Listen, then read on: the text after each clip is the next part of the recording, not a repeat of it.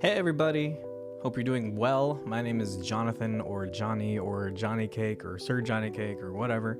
And today I'm going to be taking you through the song Change by Steven Rivers. I am the producer and mix engineer for that song, and I am a personal friend of Steven himself.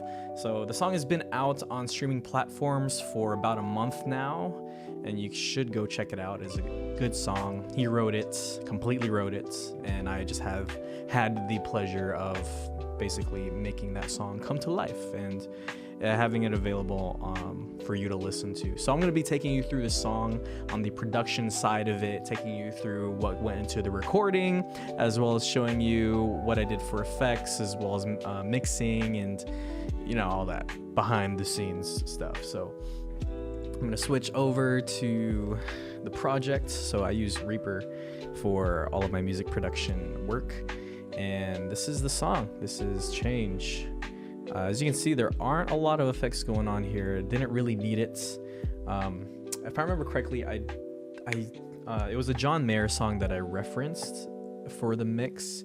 I don't remember what song, but if you listen to this song, Change, you'll know that it's heavily inspired by John Mayer and like that style, the bluesy style. So not a lot of like effects that goes on in that kind of genre. So I'm gonna play, I guess, through the beginning here.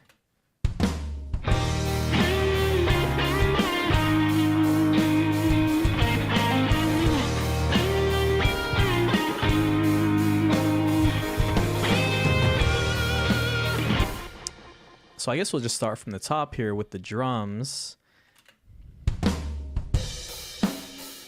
So we use a plugin called Easy Drummer 3 by TuneTrack. So I'm using the preset for Easy Drummer 3's Bright Room and just the original mix. And the drum grooves here are a mix of like the preset grooves that they have, as well as me going in and actually individually editing the groove itself to fit with the bass line.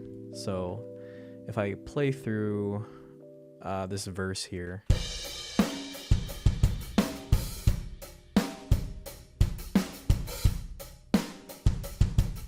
Yeah, so mainly I was just editing the kick and the snare there to sync up with what the bass is doing on the syncopated notes.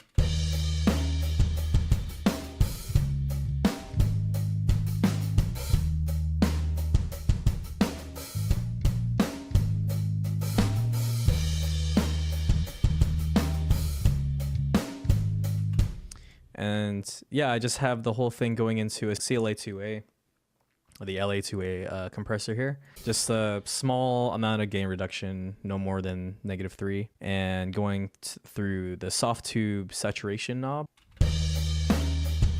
And then I added a de-esser, and you might be wondering why I'm using a de-esser for drums.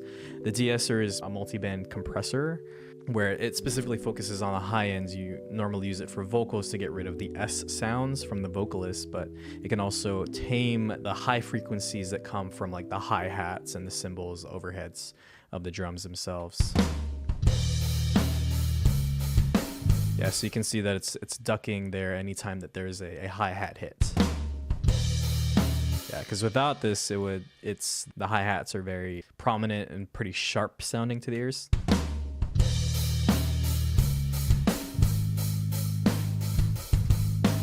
Yeah, so you can hear that it ducks those high frequency sounds whenever the hi-hats are hit. So that's the drums. Very, very, very simple. We'll move on here to the bass. So the bass this was recorded by Steven, and the bass and the guitars were all recorded by Steven in his own space. We recorded vocals here in my space. But he went ahead and sent me the DI track, and it's running through the Bias Effects 2 plugin. This is what I use mainly for guitars and basses.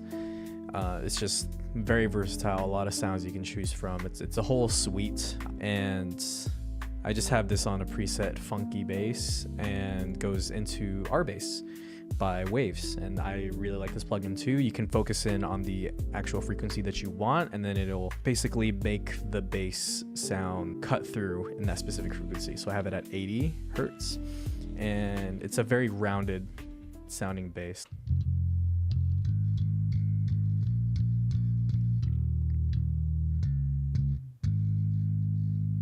Yeah, so adds a lot of bottom end. It's very rounded bass. I didn't really do any EQing at all. And then here are the rhythm guitars in the intro here.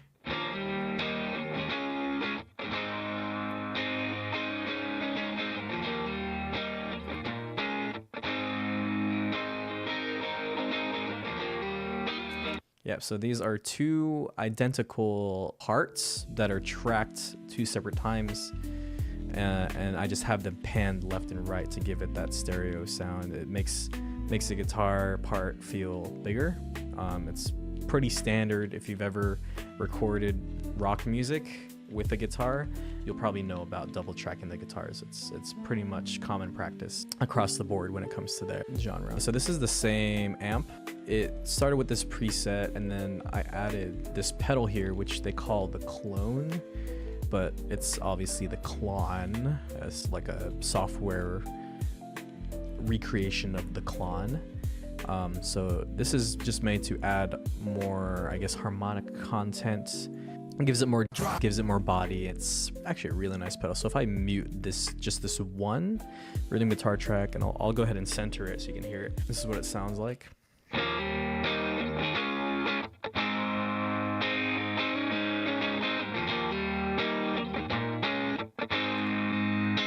Turning it off.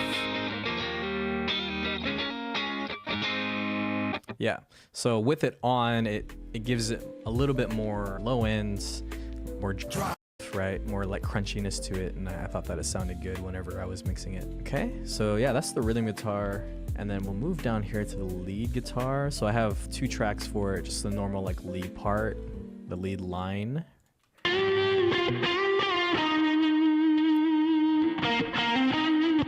And then here I have the guitar solo, which I'll touch on in a little bit here.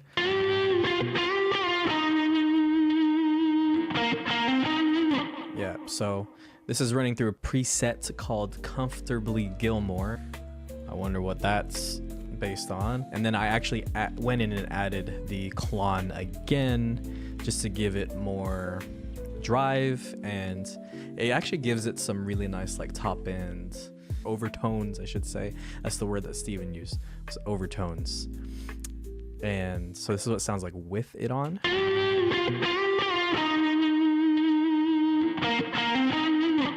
Without. So you can hear on the sustained note, it sings more. It's like, ah, you know. All right, moving down here to the lead guitar. So this is running the same preset, added the Klon. It's literally the exact same thing. I added a little bit of production magic here. I added this little sample right before the solo. This is the sample. So that's just a feedback noise, you know, like an amp feedback. And then that's just to help with the transition going into the solo itself. So if I just go like a few measures before the solo, the feedback really adds to that transition. Makes it feel like, oh yeah, we're going into sick part of the song. I know that through it all, promise me you won't let go.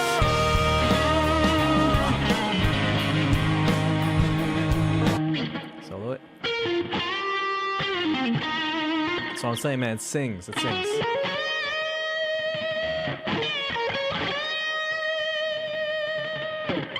Big fan of that solo. Okay, moving on to the vocals. So the vocals, again, like I said, were recorded here in my home studio, and it was recorded on this mic specifically, the SM7B, running directly into my Apollo Twin X USB, and I am running one of the onboard effects, UA610B. It's an analog compressor. And I basically have the preamp cranked all the way, the level cranked all the way, just to really give it that tubey sound. And it'll change like the impedance of the mic, so that if you're getting louder and louder, it won't actually clip, you know. It'll make the mic act like as if it were going into a real tube preamp or something, right? I don't know if that's necessarily true, but I mean, it works for me, and that's I guess what I've observed. So this is what it sounds like. For the lead vocal, we have two parts. They overlap on certain transitions of the song. Sitting on the edge of all my yesterdays, counting all the dreams that I let slip away. And then I'll kind of move on here. When he gets louder, going into the chorus. Time and time again, oh, change has become a friend of mine. Strange as it seems, it's all part of a grand design. Heck yeah. Well, look at that right now. So Melodyne, just to add some pitch correction, I didn't correct every single pitch because Steven is a good singer. I just mainly corrected like the important notes of the song, specifically the ones where he's sustaining a lot, like at the end of a phrase. I added some D breath, so it gets rid of any breath sounds, D clicks, so mouth clicking to get rid of that.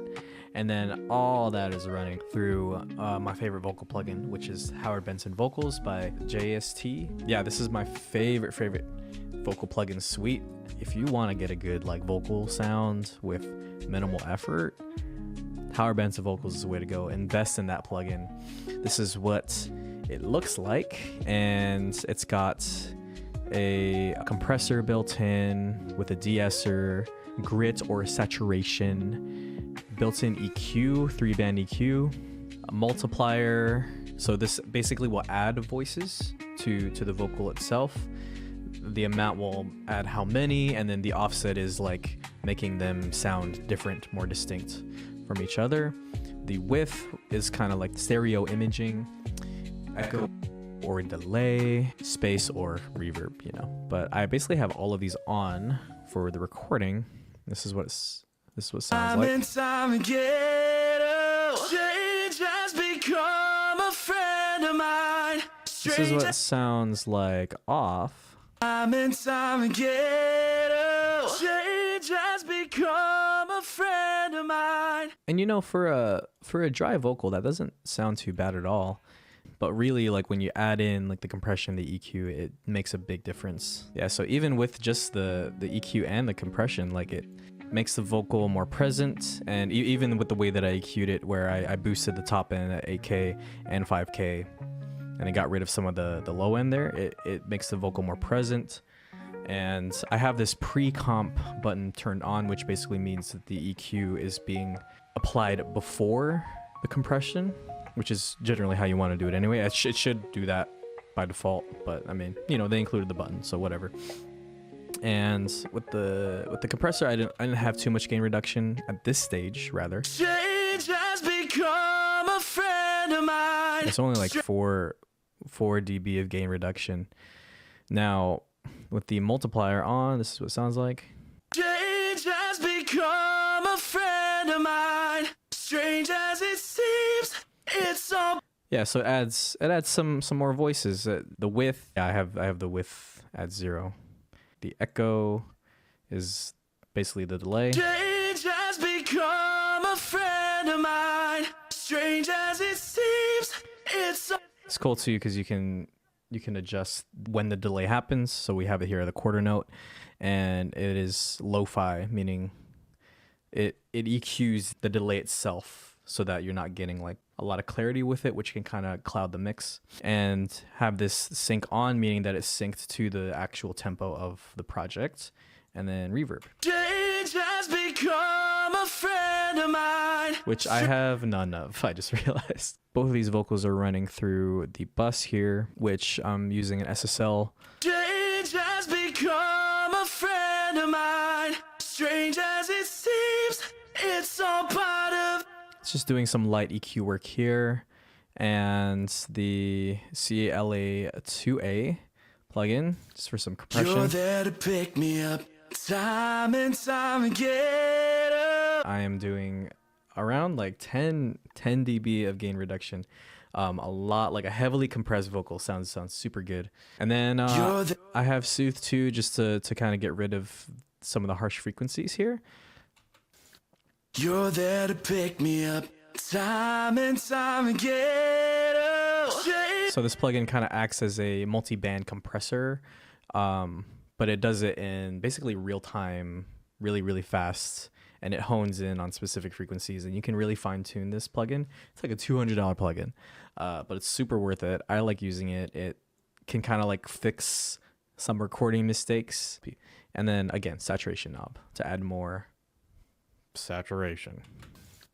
You're there to pick me up time and time again. Change has become a friend of mine, strange as it seems. Okay. And then last but not least, the harmonies. We just have these basically running through the choruses only. Change has become a friend of mine. Yeah. So these are the same two parts recorded separately, pan left and right. And this one I did more pitch correction, just because we want to make sure that sounds good. And we did spend quite a bit of time in the studio trying to figure out the harmonies themselves. Compression and EQ, took a lot of the low end out and basically had like the upper end of the spectrum.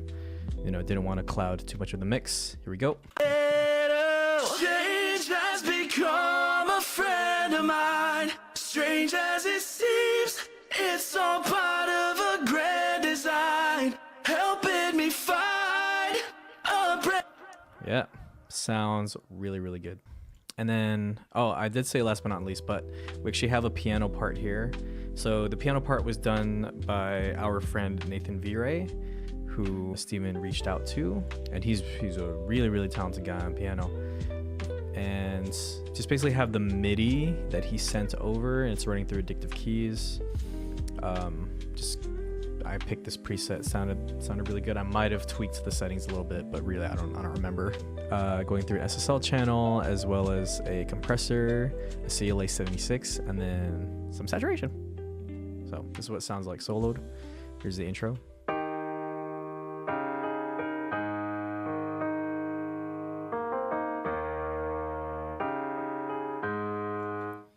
Yeah, I did take out his entire part here in the first verse because I didn't want to have too many parts there at the beginning of the song.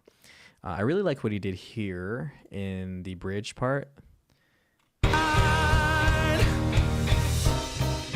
Change is a friend, though it feels away from danger.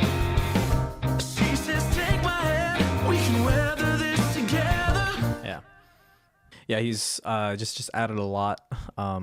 Added a little bit of like, nice kind of sparkly stuff to the song. And what's down here? Okay, I just have some reverse cymbal swells here for the transitions. So I have a reverse swell going into the bridge, as well as going into, I believe this is the guitar solo. This transition didn't seem defined enough. Change has become a friend of mine. Change is So you hear how it just kind of like, it's kind of abrupt how the bridge starts. Something simple, just adding a little cymbal swell or whatever, drum fill, I don't know, can make that transition more smooth. a friend of mine. Change is a friend, Yeah. though it feels So yeah, this is just a reverse cymbal sample. And yeah, I just added that there.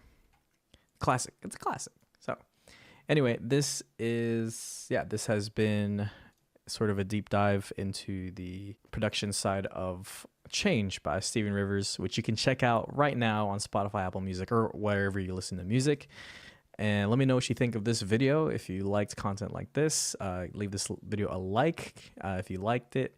Subscribe if you haven't already, if you want to subscribe. Let me know if you want to see more content like this. And have a great day. Bye-bye.